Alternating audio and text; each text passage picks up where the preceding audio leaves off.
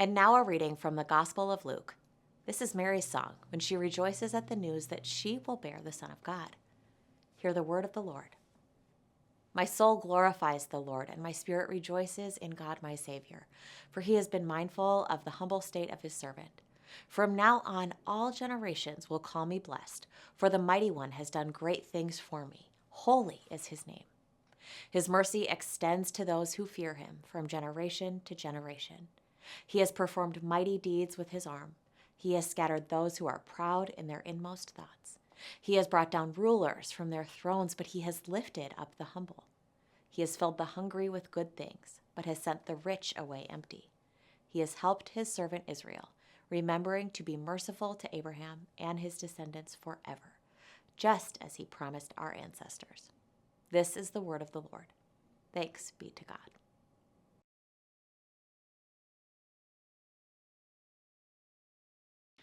Hi, I'm John, one of the Highrock pastors, and it's my joy today to celebrate this final week in Advent with you all. Throughout this series, we've been exploring how challenging and uncomfortable waiting can be, and Advent is an entire season of waiting. Like Pastor Taylor, I'm not a patient person by nature, which is why I am so encouraged that in today's Bible passage, we see that waiting can also be a time of incredible joy. Joy would not be my first thought when it comes to waiting. Instead, I think of joy as the experience I have when the waiting is finally over. What? No more waiting? Yes, let's celebrate. When you're sitting in the back seat asking, "Are we there yet?" That's not the time for celebration, is it? Instead, it seems like the right time for everyone to just be a little more patient. But today, we're not going to be focusing on patience. Pastor Taylor already spoke about the importance of patience while we await the incredible promises of God that are totally worth waiting for. Pastor Dave spoke about how we can be patient because God meets us in our darkest valleys to comfort and strengthen us, and how we can then do the same for one another. Pastor Megan spoke about embracing pain that leads to healing rather than running from it. Meanwhile, we await the one who finally will give us the freedom from pain that we long for. We are continually reminded that Advent is a season of waiting, a season of anticipation, and those are all wonderful ways that we can develop patience and anticipation while we wait. Are we there yet? No, we are not. We have to be patient. But today isn't about patience. Mary, the expectant mother of Jesus, doesn't wait. For her, the moment to start celebrating is not in the future. That moment is now. Joy has arrived, and she throws herself into celebration. A few moments ago, you had a chance to discuss a time when you celebrated wildly and without inhibition. You also had the chance to share what are some of the ways that you expressed your joy. I would love to hear your answers. I am sure there are some truly wild stories and amazing stories. Mary's joy comes out as a song, an original composition that is filled with probably dozens of references to various Bible passages and stories. The gospel writer Luke isn't clear whether her words are intended to be a poem or a song, but it could be both. And her original composition has inspired countless cover versions, from hymns sung in small churches, to cathedrals filled with Gregorian chants, to music halls hosting choral productions by Johann Sebastian Bach. Her composition is often called the Magnificat. Magnificat is simply the first word in Mary's song when translated into Latin. It means to praise or glorify, to magnify the Lord, Magnificat.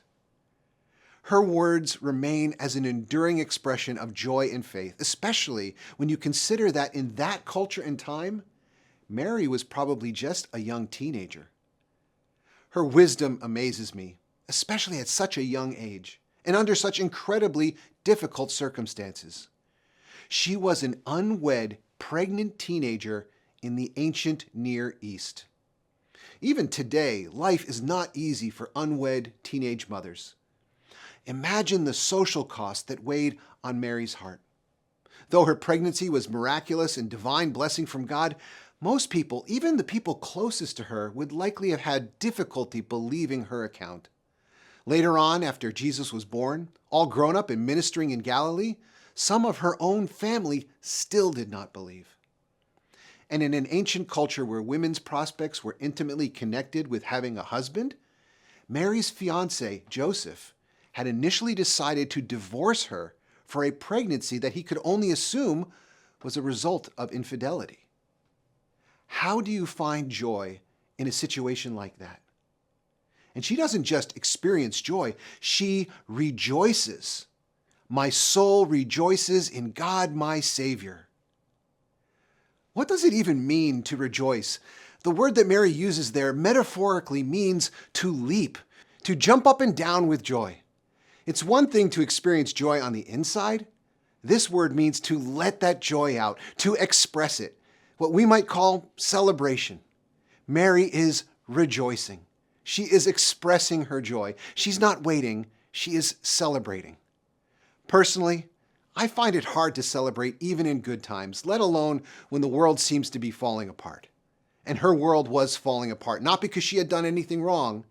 Her world was falling apart because she was faithful, and she's rejoicing. Talk about resilience. Where does she get the grit? When I'm having a difficult time, my first impulse is to escape from the pain. I'll find some way to have fun, but having fun is not the same as celebrating. In those situations, I'm trying to have fun in order to escape my circumstances, or even just distract myself from the pain, like playing a video game or watching a show that takes me into another world. But Mary is not disconnecting. Her joy is deeply connected to what's going on in her life. She's rejoicing, not escaping. Listen to what she says. My soul glorifies the Lord, and my spirit rejoices in God my Savior, for he has been mindful of the humble state of his servant. From now on, all generations will call me blessed, for the Mighty One has done great things for me. Holy is his name. Those words are not about the future. Mary is singing about what God has already done. God has been mindful of Mary's humility and poverty. The Mighty One has done great things for me, she says. Mary is anticipating the future, but she is not waiting. Her response is less about patience and much more about rejoicing. Rejoicing, taking the joy that's inside you and expressing it, letting it out. Her joy comes out as laughter, art, song, and celebration with her elder cousin, Elizabeth. I find it very challenging to celebrate like Mary. I hate to look like a fool. I dread the thought of having the rug pulled out from under me. I want to be confident, almost certain that I can count on something before I celebrate it. Graduations, birthdays, vacations, my wife will ask me, "Aren't you getting excited?" And the answer is always, "Not yet. I'll get excited when it happens. Until then, business as usual." I wasn't always like that, but I felt the sting of disappointment enough times to not want to go through it again. Maybe even worse, I've felt the sting of embarrassment when I've celebrated too early, or something I was excited about turned out to be a fantasy, or worse, a lie. But Mary doesn't hold back. She puts it all out there, even though there might be only one person who is willing to celebrate with her, her cousin Elizabeth, an elderly woman who herself has a miraculous pregnancy. She is carrying the future John the Baptist, and she has a prophetic moment when Mary shows up, when she immediately knows that the very young Mary is carrying the unborn Messiah. Mary had to travel several days to be with Elizabeth, perhaps the only other person who might be able to believe her and rejoice with her. Two women divided by great differences in age, but united by being caught up in their invitation to play a role in God's larger story. I've often admired people who can find joy in difficult and humble circumstances, especially when others around them are not so joyful. I used to have a hard time understanding why it was so difficult for me to be joyful in that way. I admired people like Mary. I envied them. But their choice to rejoice seemed impossible to me. How did Mary do it? And why did I find it so impossible to be like her? It was a question I couldn't answer except to say, I'm just not that kind of person. Maybe Mary's an optimist and I'm a pessimist. Or maybe I'm a realist. Hey, I'm just a realist. Which is what I say when I want to think that I'm being smart rather than just being scared that I might be wrong. Hey, if I expect life to be bad, then I'll never be disappointed, right? One day I was in a used bookstore and a little blue book grabbed my attention. I had never heard of the book or the author, but I found the title intriguing, so I grabbed it. And later that evening, I couldn't put it down. Viktor Frankl was a psychiatrist and psychoanalyst in Austria before World War II. But Frankl was also Jewish, and you can guess how that turned out. Rather than hospitals and the halls of academia, he found himself in concentration camps like Auschwitz or Dachau. In their misery, the prisoners in these camps hardly dared to even dream of freedom. And when that day came, if that day came, they would rejoice. And then that day came. Allied soldiers came marching through. The camp raised the white flag, and they were free. Their fantasy transformed into reality. Their legs were on the verge of buckling from starvation, but even so, they felt compelled to wander outside their prison. They made it as far as a meadow filled with grass and flowers. They spotted a rooster with a colorful tail, and it sparked the feeling of joy within him. But it was just a spark, weak and short-lived. Frankl said they returned to camp that night. They were technically free, but they had nowhere else to go.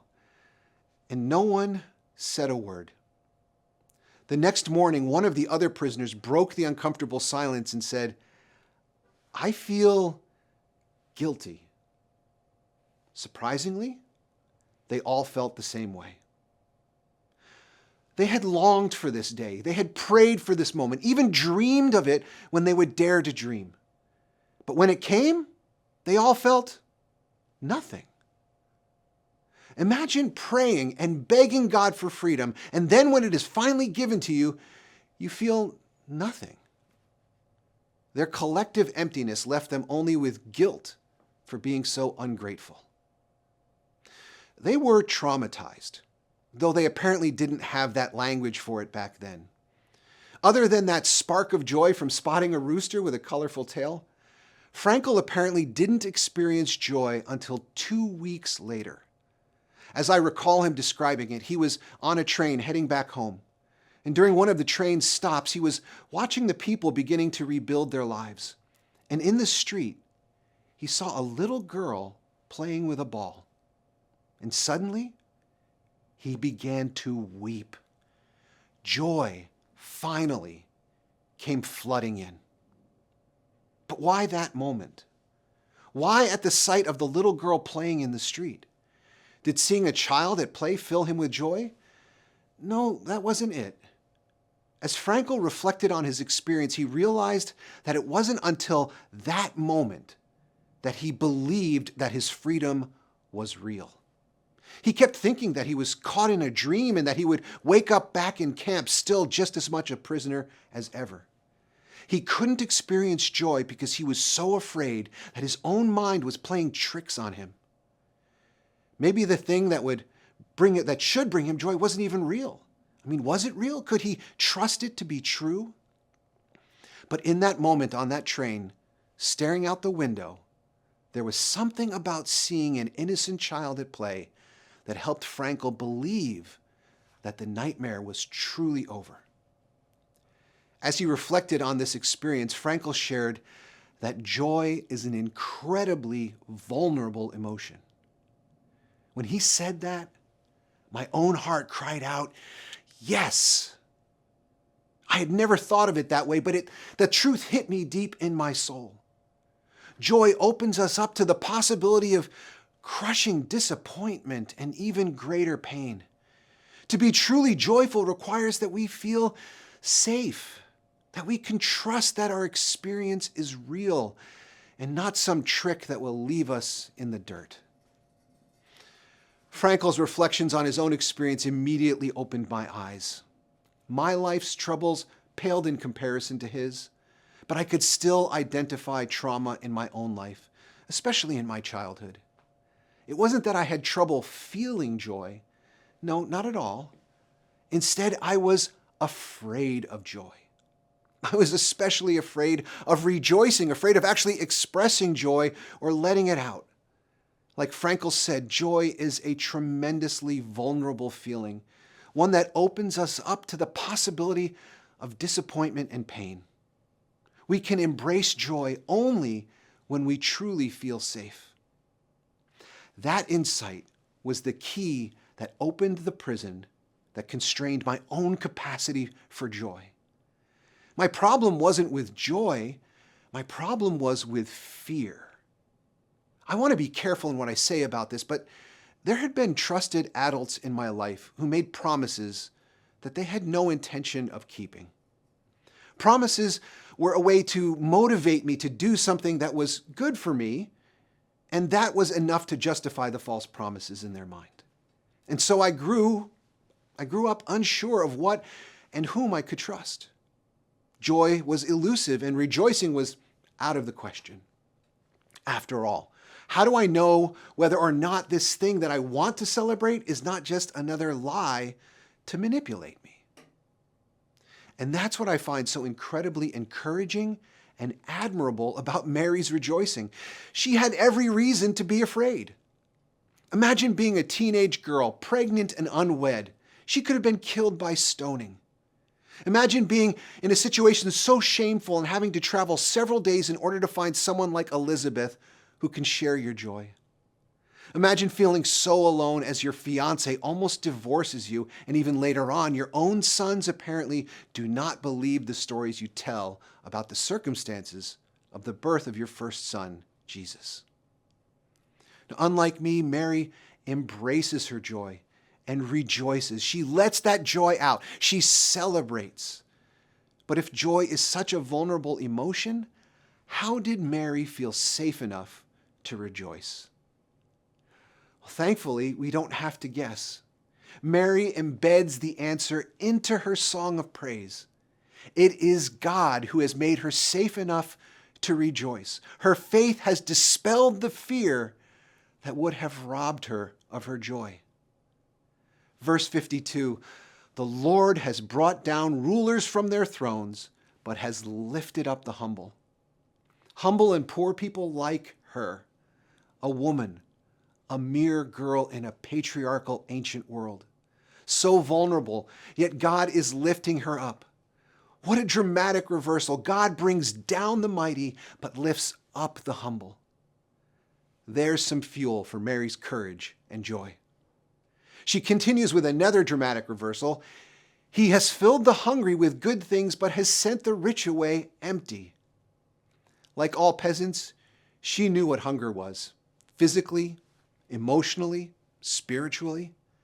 But like so much of the history that she knew in God's words, God reverses those fortunes. Mary has been filled with good things. Literally, her belly is filled with the promised Messiah.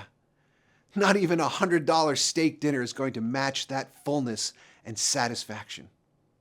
And finally, she adds, he has helped his servant Israel, remembering to be merciful to Abraham and his descendants forever, just as he promised our ancestors. Mary is familiar with God's history of keeping promises, including the promise that is growing inside her. Mary's situation is not unique. She can see the pattern of God making good on seemingly impossible promises. She can see the history of God bringing about dramatic reversals. The miraculous birth of Isaac to aged parents. The miraculous birth of the prophet Samuel to Hannah, a song that may have inspired Mary's song. And here in the flesh, she gets to see her aged cousin Elizabeth, already 6 months pregnant with a miracle child. Mary is filled not with doubt, but with wonder and curiosity. Mary is filled not with fear, but with faith that our God can be trusted. And as a result, I believe, Mary is able to be filled with joy. So much joy that it bursts out of her into rejoicing and song, a blessing to her, to God, and now to us. Like I said, we're not talking about patience and waiting today. We are talking about rejoicing in what God is doing right now in our lives. We're talking about what God has done in the past so we can feel safe and secure that God will continue to lift up the humble. It seems that Mary is especially encouraged by all the dramatic reversals in the history of God's people. She doesn't have to be afraid of being humble and poor because that's how it's always been. Those are the people that God has always lifted up. Her ancestor David was a giant slayer when he was just a poor shepherd boy. It was later on as a rich and powerful king that he was slaying not giants, but his own sons and former allies who had betrayed him. Mary also doesn't have to be afraid of shameful circumstances, not that there was any true shame in her pregnancy, but God had always lifted up those who were looked down upon. Time and time again, God continuously chose underdogs and lost causes and people who were considered undesirable in their day. God chose younger children like Jacob or Judah when their world gave all the honor to firstborn sons. God chose women like Deborah and Ruth and Esther in a world that quite often did not even record the names of women. God chose poor shepherds, one of the lowest classes of society, like her ancestor who became King David. In light of God's continuing faithfulness, Mary could feel safe enough to rejoice and celebrate. She wasn't the first overlooked person whom God lifted up to play a big role in God's story. And she wouldn't be the last either. She knew God's story, so she knew it was safe enough to trust and rejoice, even to celebrate.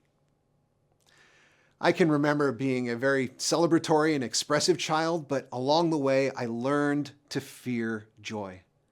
I feared the embarrassment of false hopes and unmet promises. I dreaded the pain of disappointment magnified by premature celebration. But rejoicing is absolutely central to faith. God even mandated 7 celebrations, 7 feasts to carry them through each year and through the centuries. So how do we rejoice like Mary? How do we wait in anticipation for the fulfillment of God's promises, but still celebrate right here and right now? How can we experience the triumph of real hope over the fear that keeps joy subdued and locked away? I see several clues in Mary's story that I have experienced in my own life, responses that I think might help us all feel less afraid of rejoicing. First, Mary's courage and security were not based on her circumstances. Instead, her security was based on God's proven faithfulness. Mary's song, as recorded here, may well have been shortened for Luke's gospel, but when everything you write has to go on a clay tablet or very expensive paper, you learn to economize your words. That's the reason ancient languages often used symbols or had no written vowels, much more compact writing. But even in these few words, scholars have pointed out words and phrases that Mary lifted out of the scriptures, especially the Psalms and Hannah's song in 1 Samuel. Mary knows the Bible. She knows God's story and she can see God's proven track record. And remember, this isn't about being an academic. This isn't about getting a good grade on an exam that's never going to happen. The benefit is for you. The goal isn't to cram more information into your head. No. The goal is to gain understanding that creates room for you to experience joy, to dispel the fears and doubts that make it so hard to rejoice, especially when outward circumstances seem so dark, as they so often do. Do you think our present world is dark? Scary, maybe? Does it feel like hope is foolish? Do you fear that things aren't going to get better? That this is all there is? Are you on the verge of giving up hope? Then maybe Mary is showing us the way to focus on God's faithfulness rather than our fear. And maybe will finally feel free to rejoice. There are so many ways to become more familiar with the God we see revealed in the Bible, but I want to recommend the daily devotional. Monday through Friday, we put out a devotional reading that is almost exactly 15 minutes long. You can find it linked on the website. You can watch it on YouTube, Facebook, or Instagram, or even have it delivered to you through your favorite podcast software. I host the Devos along with Pastor Dave and others, and we strive to strike a good balance between knowing what's in the Bible and being inspired to trust God enough to live out what it says. So how do we rejoice like Mary? Step one, we focus on God's faithfulness. Allow faith to dispel the fear and make room for joy. Step two, identify the people, places, and practices that foster joy. We can't do this on our own. Even you plus God isn't enough. Remember when God created the first human being, even before sin entered the world, God said that it was not good for Adam to be alone, even though God walked and talked with him. So even if you think you hear God talking directly to you, that's not enough. That's not from me. That's what God said. So take it up with God. And consider Mary. By all accounts, Mary was alone. God's blessing had the ironic and tragic effect of putting her under a veil of shame. Somehow, Mary knew she needed help. And so in a day and age when you had to walk everywhere, she traveled 5 or 6 days just to be with Elizabeth, perhaps the one person who could rejoice with her. And she stayed with Elizabeth for 3 months. Since Elizabeth was already 6 months pregnant with John the Baptist, it seems that Mary stayed long enough to see John being born and to celebrate with her. So right there we have people, places, and practices. People. Mary had Elizabeth. Places. It took almost a week to walk there, but Elizabeth's home became a sanctuary for Mary. Practices. Other than the scripture training that Mary took to heart, we can guess that she took joy in celebrating with Elizabeth.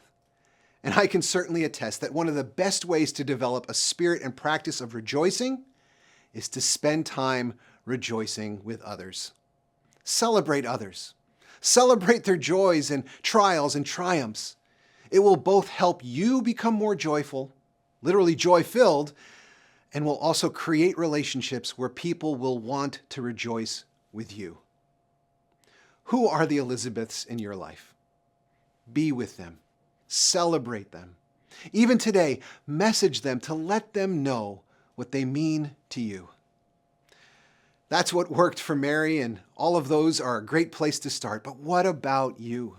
Consider your own life. Consider the people you admire and love. Identify and invest into the people, the places, and the practices that will help you grow less fearful, more faith-filled, and willing to take the risk of celebrating with your whole heart. Joy may be an incredibly vulnerable feeling. To fully experience joy, let alone express and rejoice and celebrate, that requires trust, to know that we are safe and that our joy is real.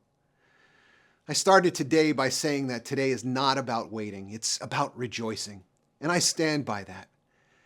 But it would be irresponsible to not point out that Mary still had a lot of waiting to do. She had 30 more weeks before Jesus would be born.